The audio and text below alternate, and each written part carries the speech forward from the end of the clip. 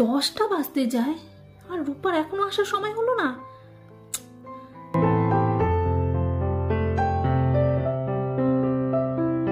সোনা মা, কি করছো?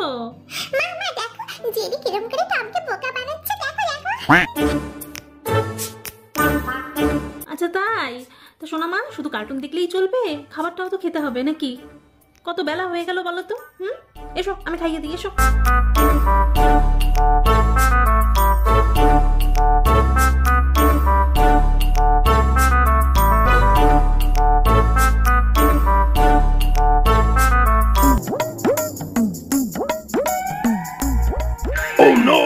কি গো মিনু, কোথায় তুমি? কি হলো? আমি এই তো এখানে সোনাকে খাওয়াচ্ছি। ও আচ্ছা, এই নাও বাজারটা নিয়ে এসেছি। ঠিক আছে, রান্নাঘরে গিয়ে রেখে দাও, আমি যাচ্ছি। আর শোনো, কিছু দিয়ে চাপা দিয়ে রেখো, নয়তো আবার মিনি বিড়ালটা এসে আবার মুখ দিয়ে দেবে। সে আমি রেখে দিচ্ছি, কিন্তু গিন্নি যেটা বলছিলাম, আজকে বেশ জমিয়ে রান্না করো তো। ভালো দেখে রিয়াজি খাসির মাংস নিয়ে এসেছি, সাথে কাতলা মাছের পেটিও এনেছি। কাতলা মাছের কালিয়া করো আর কষিয়ে খাসির মাংসটা রান্না করো। দেখেছো লোকটার কাণ্ড? এদিকে রূপা এখনো আসেনি আর উনি কত কিছু বাজার করে নিয়ে এসছে। এবার আমি ঘরের কাজ করব না রান্না বান্না করব? হ্যাঁ, সব হচ্ছে কি না কপাল কপাল। আহা গিন্নি, চড়ছো কেন? ছুটির দিনে একটু ভালো মন্দ খাবার খাবো না? কি যে বলো তুমি।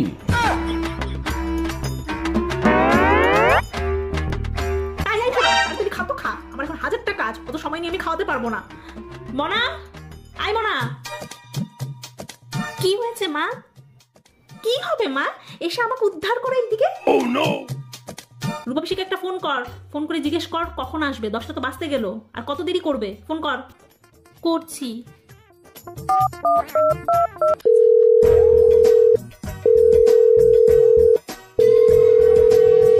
রূপা পিসি তো ফোনটাই তুলছে না, এইবার কি করব? কি হলো, কোনোদিন তো এরমটা করে না।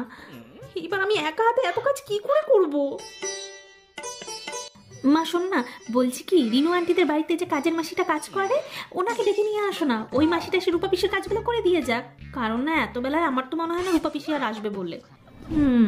কথাটা তো ভুল বলিস নি রে মনা। ওই করি তাহলে, ওদের বাড়ি থেকেই কাজের মাসিটাকে ধরে নিয়ে আসি। নে নে শোনা, চট করে খা, আমাকে আবার যেতে হবে, তাড়াতাড়ি খা।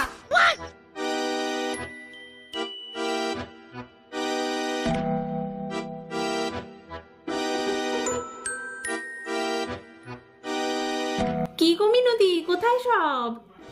আরে কে সোনার মা দেখি, তা হঠাৎ এই সময়? আর বলো না গো মিনতি, আজকে আমাদের রূপাটা না কাজে আসেনি, দেখেছো?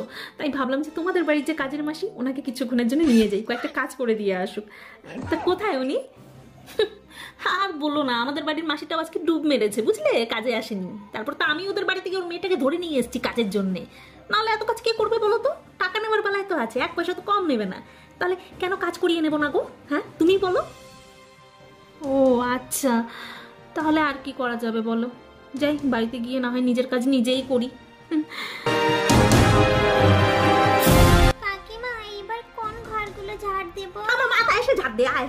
এই হয়েছে আরেক জ্বালা, বুঝলে তো? এর মা তো আসলো না, যাও মেয়েটাকে নিয়ে আসলাম। এ তো আবার কিছুই বোঝে না, বাচ্চা মানুষ না, ও কি আর ওর মার মতন তো চটপট করে কাজ করতে পারে বলো? কি আর করা যাবে? নাই মামা থেকে কানা মামা ভালো, যা করে দিচ্ছে ওই অনেক।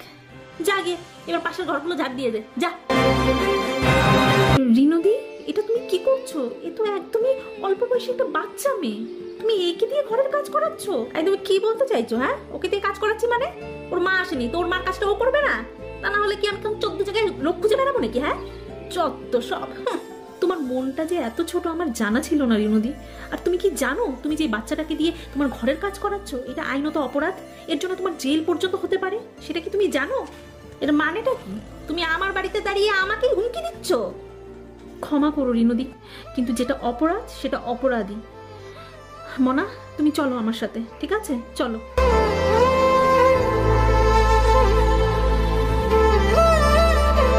সোনার মা, তুমি কি করছো? হ্যাঁ, ওকে নিয়ে কোথায় যাচ্ছ? কি গো?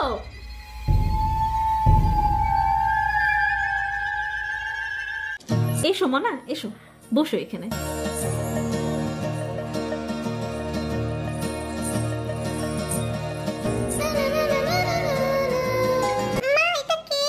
এটা একটা দিদি সোনা, তুমি বসে এই দিদিটার সাথে কথা বলো কেমন?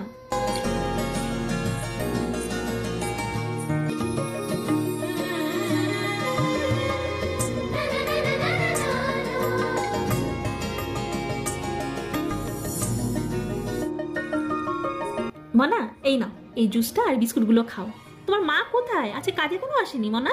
আসলে কাকিমা আমার মায়ের না খুব জ্বর হয়েছে, তাই তো মা আজকে কাজে আসতে পারিনি। আর ওই দুষ্টু কাকিমাটা আমাদের ঘরে গিয়ে আমাকে জোর করে নিয়ে এসেছে কাজ করাতে। আচ্ছা ঠিক আছে মনা, মন খারাপ করে না কেমন? আর এরপর থেকে তোমাকে দিয়ে যদি কেউ কাজ করাতে চায় তুমি কিন্তু তাকে না করে দেবে কেমন? কারণ এটা হচ্ছে কি তোমার পড়াশোনা করার বয়স, খেলাধুলোর বয়স, বুঝলে? আমি তো পড়াশোনা করতে চাই, কিন্তু মাই তো আমাকে স্কুলে ভর্তি করায় না। বলে যে আমাদের কাছে অত টাকা নেই যে তোকে স্কুলে পড়াবো। আমারও স্কুলে যেতে ইচ্ছে করে, বন্ধু বান্ধবীদের সাথে খেলতে ইচ্ছে করে, কিন্তু কি করব? আচ্ছা মনা, তুমি এক কাজ করবে, তোমার মায়ের জ্বর সেরে গেলে আমার সাথে দেখা করতে বলবে কেমন? আমি তোমার স্কুলে যাওয়ার ব্যবস্থা করে দেব, ঠিক আছে? হ্যাঁ কাকিমা, হ্যাঁ আমি বলবো। তুমি খুব ভালো কাকিমা। বাচ্চাদের জীবন, বাচ্চাদের ভবিষ্যৎ আপনারা এইভাবে নষ্ট করবেন না। ওদের সময় পড়াশোনা করার, খেলাধুলো করার, ওদের থেকে ওদের জীবনটা কেড়ে নেবেন না। কারণ ভুলে যাবেন না, ওরাই হচ্ছে গিয়ে আমাদের ভবিষ্যৎ, আমাদের দেশের ভবিষ্যৎ। ওদেরকে মানুষের মতন মানুষ তৈরি করে তুলুন, তাহলেই তো আগামী দিনে আমাদের দেশটাও উন্নত হবে।